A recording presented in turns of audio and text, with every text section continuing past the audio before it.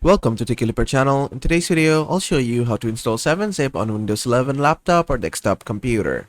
Now, at first, open up your browser. Then on Google, type 7-Zip download and just search for it. Then go to the first link, which is from 7-zip.org/download. Just open this. Just wait for the website to load. Then just find the version of your operating system here. Mine is Windows and x64-bit. So I'm just gonna download this one, the first one.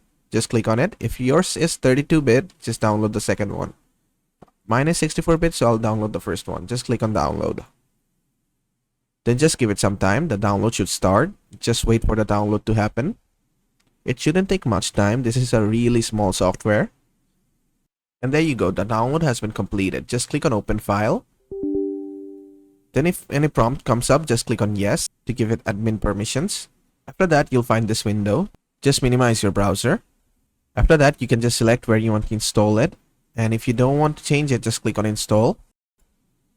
Then just wait, it will install really fast. Then click on close. And after that, if you have any .zip or any 7-Zip folder, just right click on it. Then click on show more options. In here, you'll find 7-Zip. Just click on 7-Zip. And click on extract here. And this will extract the file for you. You can open the file and see the content inside it. And another thing you can do is just right click on this file. After that, just click on show more options again. Go to 7-Zip. And now you can compress this file into a .7z or .zip file again. Just click on it. And there you go. And to convert it into a .zip file, just right click on it. Click on show more options. And click on add to folder .zip. And there you go. And basically that is how to install 7-Zip on Windows 11 laptop or desktop computer. I hope this video was helpful. If it was, please give it a thumbs up and don't forget to subscribe.